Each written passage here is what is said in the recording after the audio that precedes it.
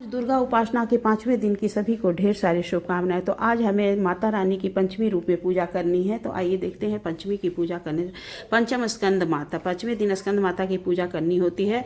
तो माँ दुर्गा जी के 5वें स्वरूप को स्कंद माता के नाम से जाना जाता है। ये भगवान स्कंद कुमार कार्तिकेय नाम से भी जाने जाते हैं। ये प्रसिद्ध देवासुर संग्राम में देवताओं के सेनापति बने थे।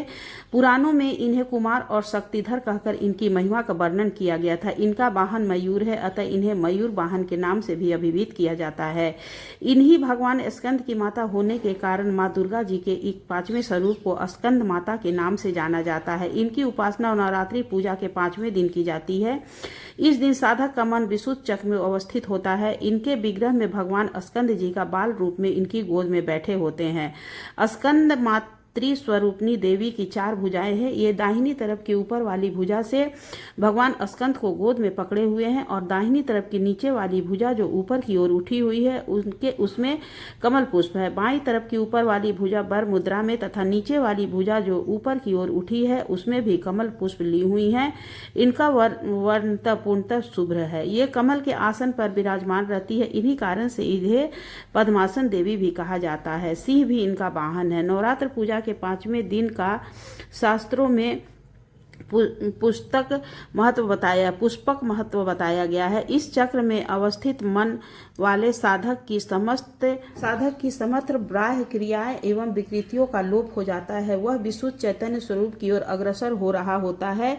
उसका मन समस्त लौकिक संसारिक मायिक बंधनों से विमुक्त होकर पद्मासन माँ स्कंद माता के स्वरूप में पूर्णतः तल्लीन होता है। इस समय साधक को पूर्ण सावधानी के साथ उपासना की ओर अग्रसर होना चाहिए। उसे अपनी समस्त ध्यान वृत्तियों को एकाग्र रखते हुए साधना के पथ पर आगे बढ़ना चाहिए। माँ स्कंद माता की उपासना से भक्ति की समस्त इच्छाएं पूर्ण हो जाती है। इस मृत्यु लोक में ही उसे परम शांति और सुख का अनुभव होने लगता है। इसके लिए मोक्ष का द्वार स्वयं में हो जाती है।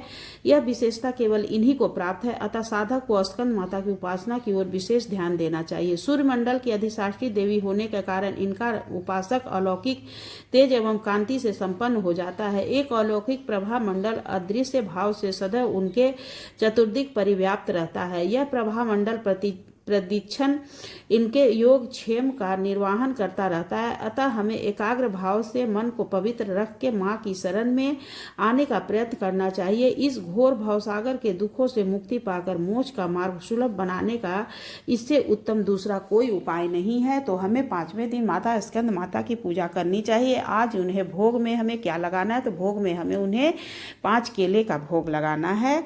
तो सभी को यदि मेरा चैनल आप लोगों को अच्छा लगे तो मेरे चैनल को लाइक एवं सब्सक्राइब कर दीजिएगा और बेल आइकन बटन को प्रेस कर दीजिएगा ताकि मेरा नोटिफिकेशन आप लोगों तक सबसे पहले पहुंच सके। तो सभी को नवरात्रि की ढेर सारी शुभकामनाएं। 5वीं नवरात्रि की ढेर सारी शुभकामनाएं।